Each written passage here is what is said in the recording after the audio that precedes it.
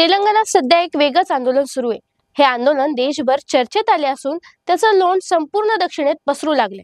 Marwari go back म्हणून असे स्थानिकांनी गेल्या आठवडाभरापासून मारवाडी समाजाच्या विरोधात घोषणा, बंद आणि आंदोलने सुरू केली।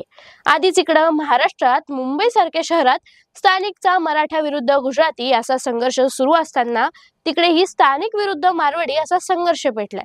आता या वादात राजकारणी देखील पडलेत। काय आहे हे संपूर्ण प्रकरण जाणून घेऊया आजच्या या व्हिडिओच्या माध्यमातून।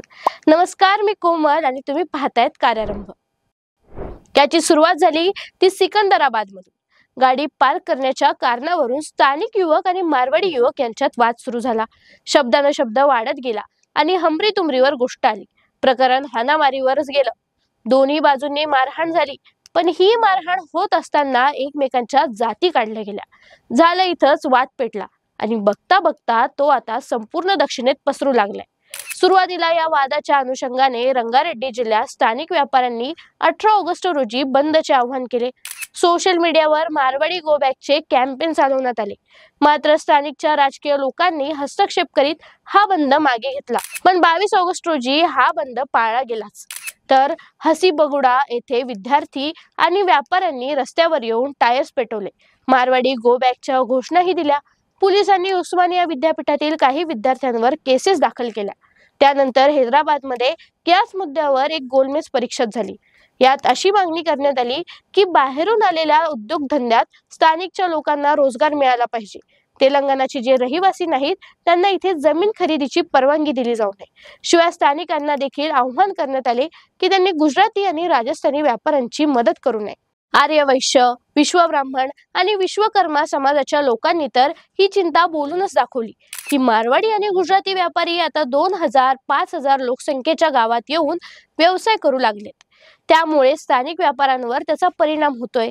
त्यांचे रोजगार हिरावले जात आहेत। यावर स्पष्टीकरण देताना तेलंगणा क्रांती दलाचे अध्यक्ष संगम रेड्डी पृथ्वीराज म्हणाले की लढाई प्रत्येक मारवाडींना वापस पाठवण्यासाठी नाही, सरकारनेच ठरवून दिले पाहिजे की 5000च्या आत लोकसंख्या असलेल्या छोट्या शहरात बाहेरील राज्यातील लोकांनी येऊन व्यवसाय करू नयेत।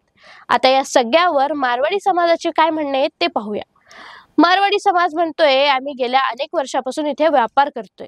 इथेच नाही तर संपूर्ण देशभरात मारवाडी समाज शांततेच्या मार्गाने व्यापार करते असं सांगितलं जातंय। केंद्रीय गृहराज्यमंत्री बंडी संजय कुमार म्हणाले, मारवाडी आणि गुजरातीतील समाजाला AIM, काँग्रेस, BSR कडून टार्गेट केले जात असल्याचे म्हटले जात आहे। हा प्रकार हिंदूच्या एकजुटीत फूट पाडण्यासाठी केला जातोय। डाव्या विचारसरणीचे लोक असा प्रकार घडून आणत आहेत। ते म्हणाले, मारवाडी व्यापार करतोय त्यात चूक काय? मारवाडी कधी राजकीय सत्तेच्या मागे धावले नाहीत। त्यांनी कधी तेलंगणाला लुटले नाही। त्यांनी प्रामाणिकपणे आपला व्यवसाय करून देशाच्या GDP मध्ये वाढ केली। ते हिंदू सनातन धर्मासाठी नेहमीच तत्पर आहेत। मग त्यांनी तेलंगणा का सोडावी? ते म्हणाले, हे जर थांबले नाही तर आम्हाला देखील रोहिंग्या गो बॅक आंदोलन करावे लागेल। शिवाय एका समाजाची मटणाची दुकाने का, त्यांची मक्तेदारी मोडीत काढावी लागेल असे सांगून त्यांनी मारवाडी गो बॅक म्हणणाऱ्यांना इशारा दिला।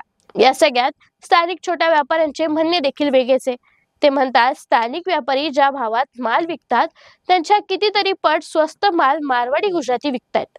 मारवाडी आणि गुजराती माल स्वस्त देण्यामागे खरे कारण ते करीत असलेली भेसळ असा गंभीर आरोप ते करतात।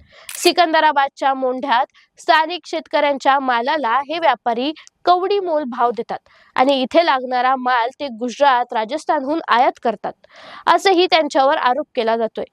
मात्र मारवाडी हा आरोप फेटाळून लावतात। ते म्हणतात, व्यवसाय स्पर्धा असते। भारताच्या संविधानाने आम्हाला कुठल्याही राज्यात जाऊन व्यवसाय करण्याचा अधिकार दिलाय।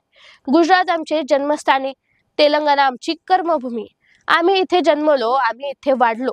आमच्या आजोबांच्या काळापासून आम्ही इथे राहत आहोत। आम्ही ही तुमचेच आहोत असे ते म्हणतात।